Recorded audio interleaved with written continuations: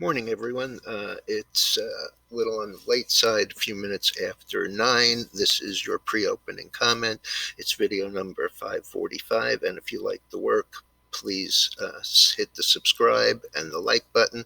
And we're really getting a lot of response on the futures business that we've been talking about here for a week or so. So if you have an interest, please get in touch with me as soon as you can, because it's filling up and we do have a limit on the number of accounts that can be handled. Asia is mixed. China reported trade surplus for exports of 75 billion, and that's versus 53.5 billion that was expected.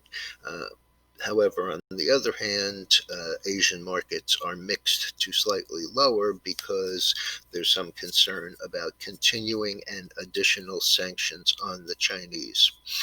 Airbnb's raising their IPO price from 44 to 50 up to 56 to 60.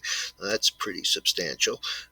Kodak, I don't know who it is because it doesn't say in the news articles, but some government watchdog has said that Kodak did nothing wrong in the announcement and the way they handled the $675 million award for supply chain issues. So the stock is, as I said, it's up $5.33 to $12.75. So that's just a scant 60% or so. Lyft is raised to overweight at Sandler O'Neill. It's trading 47 and a quarter, up $1.15, 2.5%. Boeing receives a buy recommendation at UBS. It's 236.20, up 3.49, and Pfizer is slightly higher, up 45 cents on expectations for the vaccine. And of course, there's a problem with that. The argument is, do they inoculate as many people as they can with what they have, or do they take the second dose and hold it back so that those people who have gotten the vaccine get their second shot? As I often say, if the government were involved and in charge of the beaches, within 6 months we'd have a shortage of sand. Futures are not doing much of anything.